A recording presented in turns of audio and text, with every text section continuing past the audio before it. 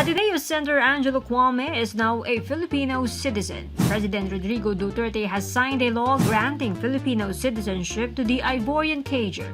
Republic Act 11543 grants Kouame the citizenship through naturalization.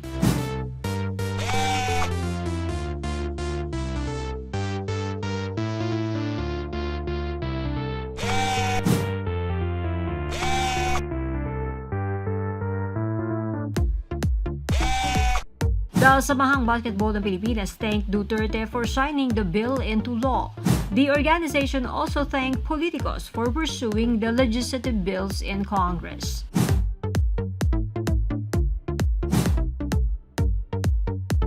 Senator Sonny Angara is the chairman of SBP, while Antipolo Representative Roby Puno is the group's vice chair.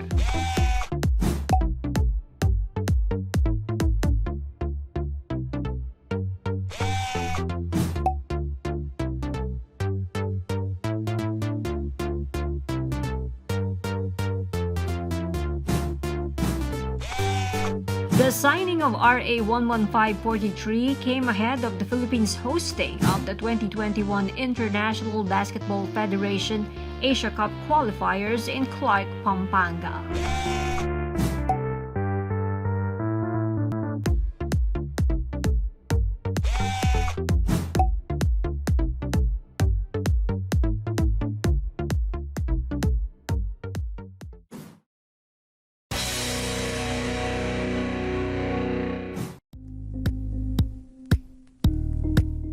Thank you for watching Politico TV. Please like and subscribe to our channel for more videos.